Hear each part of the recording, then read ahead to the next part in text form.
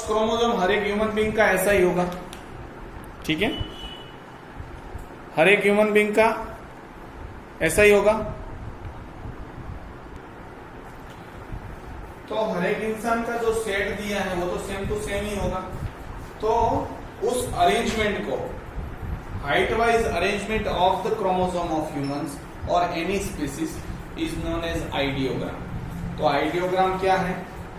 Karyotype, karyotype मतलब characteristics, specific characteristic वाले specific species के chromosomes. Karyotype is depicted by diagram, usually chromosome of haploid set लिया जाता है और उसको increasing order of their size में या डिक्रीजिंग ऑर्डर या इंक्रीजिंग ऑर्डर में उसको हम लोग रिप्रेजेंट करते हैं, उसको आइडियोग्राम बोलते हैं। Size and shape of the chromosome, बहुत सारे स्पीसीज में size and shape of the chromosome in normally measure in metaphase. हम लोग मेटाफेज में उसको मेजर करते हैं। कुछ सेल के यहाँ पे आपको डायग्राम भी दिए गए हैं आपकी बुक में, उनको भी आप देख सकते हो। यहाँ पे एक पिक्चर दिया है आपके टेक्स्ट बुक में, तो यहाँ पे देख सकते हो फ्रूट फ्लाई का क्रोमोसोम है, ये ह्यूमन क्रोमोसोम है। मेज, मक्काई में जो होता है वो क्रोमोसोम है। ये लैंप ब्रश इंसेक्ट है उसमें होता है। ये भी polytene chromosomes of insect showing bands and interbands of puff और बाल्बियन रिंग्स। मतलब ये बहुत सारे इंसेक्ट में इस तरह के क्रोमोसोम्स होते हैं। तो यहाँ पे आपको रिंग्स दिखाई देगी, ठीक है, जिनको हम लोग बाल्बियन रिंग्स बोलते हैं। नेक्स्ट इज क्रोमोसोम की size varies from 0.25 micrometre to 30 micrometre. However, the size of the some chromosome is 3 micrometer in fruit fly, बहुत कम है। Then 5 micrometer in man, 8 micrometer to 12 micrometer in maize। तो largest chromosome lamp brush में होता है। Certain vertebrate lamp brush chromosome of certain vertebrate oocytes and polytene chromosomes of certain diphterian insect। तो यहाँ पे oocytes में कुछ लैंप ब्रश मतलब ब्रश टाइप के क्रोमोसोम आपको दिखाई देंगे और चमकीले होते हैं, ठीक है, इसीलिए उसका नाम लैंप ब्रश रखा है। और कुछ इंसेक्ट में ये पाए जाते हैं।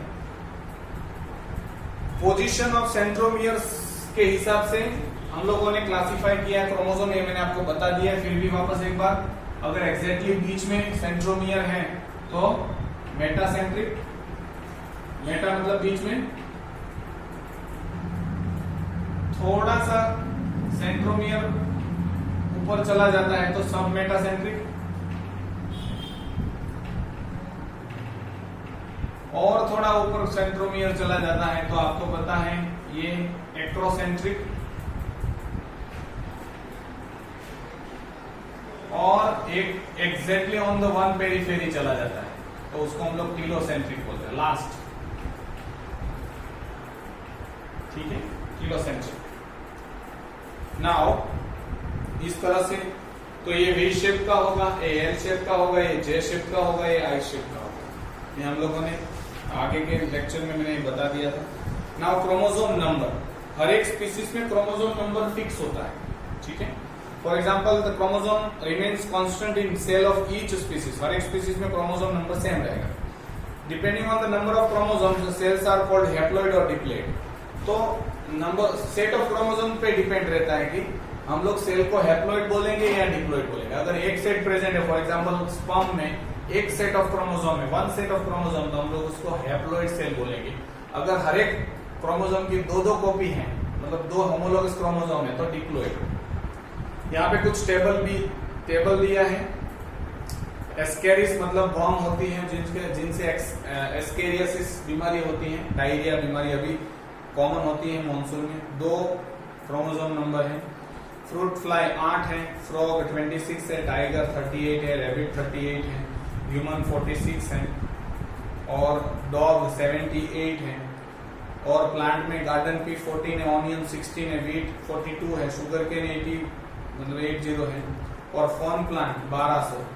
और क्रोमोसोम नंबर से प्लांट की और एनिमल की साइज डिसाइड नहीं होती, ये भी आप जरा याद रखें।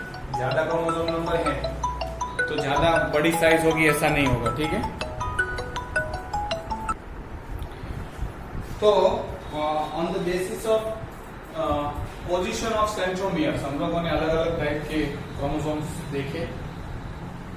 उसके बाद ह्यूमन में हम लोगों ने देखा there are 23 pairs of chromosome, 23 pair होती है।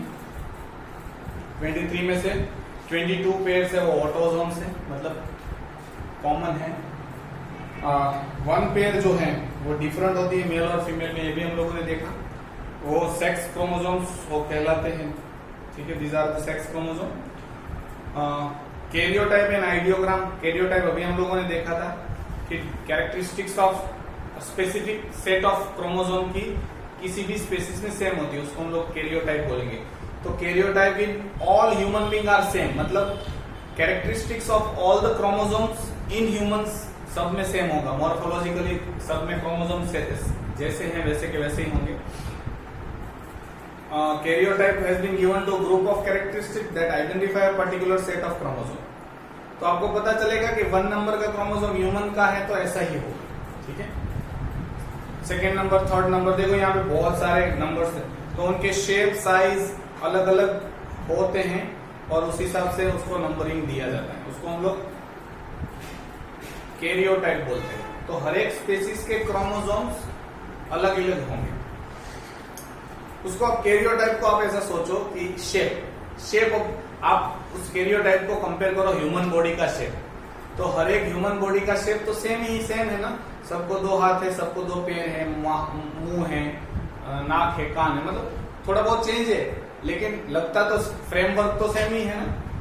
तो दैट इज कैरियोटाइप। तो हर एक स्पेसिस का कैरियोटाइप मतलब क्रोमोसोम का कैरेक्टरिस्टिक सेम होगा, अलग अलग स्पेसिस के लिए अलग अलग होगा।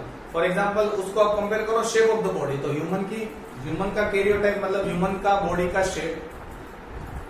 सोचो क्रोमोसोम का शेप, मतलब हमारी बॉडी जो है वो क्रोमोसोम है ऐसा सोचो, तो हमारी बॉडी का क्रोमोसोम मतलब जो बॉडी है उसको क्रोमोसोम समझो, तो एलिफेंट के साथ कंपेयर करो तो उसकी बॉडी का वो क्रोमोसोम है, वो शेप है ऐसा मानो।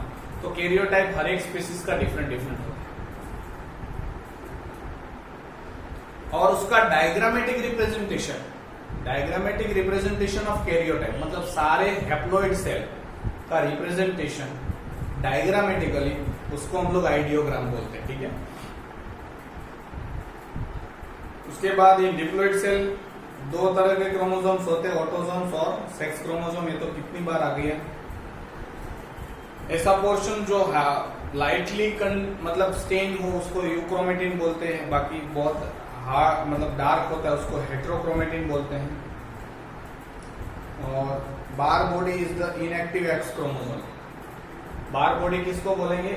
Inactive X chromosome. आपको पता है फीमेल में 2 एक्स क्रोमोसोम होता है, उसमें से एक रिप्रेजेंट करता है, दूसरा ऐसा ही पड़ा रहता है, तो उसको हम लोग बार बॉडी बोलते हैं, ठीक है।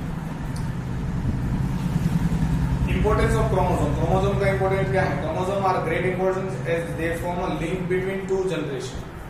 तो 2 जनरेशन के बीच में जो लिंक है वो क्रोमोसोम है, मतलब मदर से फादर से नेक्स्ट जनरेशन में जो चीज आ रही है वो मतलब दोनों को लिंक कर रहा है, वो जनरेशन और उसके बाद की जनरेशन। तो वो कौन करवा रहे हैं? Chromosome. They induce variation through the process of crossing over during cell division. Cell division में क्रॉसिंग ओवर होती है, आपको पता है, पैकेटिन स्टेज में, मियोसिस के दौरान। तो वो वेरिएशन प्रोड्यूस करेगा, मतलब अलग अलग शेप साइज के ऑर्गेनिज्म देखने को मिलेंगे। सारे ह्यूमन बीइंग फ्रेमवर्क सेम है, लेकिन सबका थोड़ा थोड़ा शेप डिफरेंट है, कलर डिफरेंट है, that is due to the crossing over. They control the synthesis of protein within the cell. Cell के अंदर जो भी प्रोटीन सिंथेसिस होता है वो क्रोमोसोम मतलब ये क्रोमोसोम में जो छिपा हुआ information that is DNA gene वो बनाता है। तो प्रोटीन के सेल के अंदर प्रोटीन ये क्रोमोसोम के डीएनए बनाते हैं। They also control cell metabolism. Cell में जो भी प्रोसेस चल रही है, मतलब ग्लूकोज आके टूट रहा है, एनर्जी बन रही है, या कोई भी अमीनो एसिड प्रोटीन टूट के अमीनो एसिड बन रहा है और फिर नया एक और प्रोटीन बनता है, तो ये सब सारी जो भी प्रोसेसेस है, जितनी भी बायोकेमिकल रिएक्शन चलती है सेल के अंदर जिंदा रहने के लिए, उन सारी चीजों को हम लोग मेटाबॉलिज्म कहते हैं। तो किसके हिसाब से होती है? क्रोमोसोम के हिसाब से। क्रोमोसोम में डीएनए है उसके हिसाब से। They also control cell metabolism. Sometime chromosome undergo sudden change, जिनको हम लोग म्यूटेशन बोलते हैं। कभी कभार due to certain radiation, for example UV rays, तो क्रोमोसोम के अंदर सडन चेंज आ जाता है, कुछ बदलाव आ जाता है, सडन चेंज। और वो चेंज अच्छा भी हो सकता है, बुरा भी हो सकता है। एक चेंज बुरा है जिनको हम लोग कैंसर बोलते हैं, तो यूवी रेज आएंगे या डीजल या बहुत सारे कार्सिनोजेंस प्रोडक्ट हैं, दवाइयां हैं, पेस्टिसाइड्स हैं,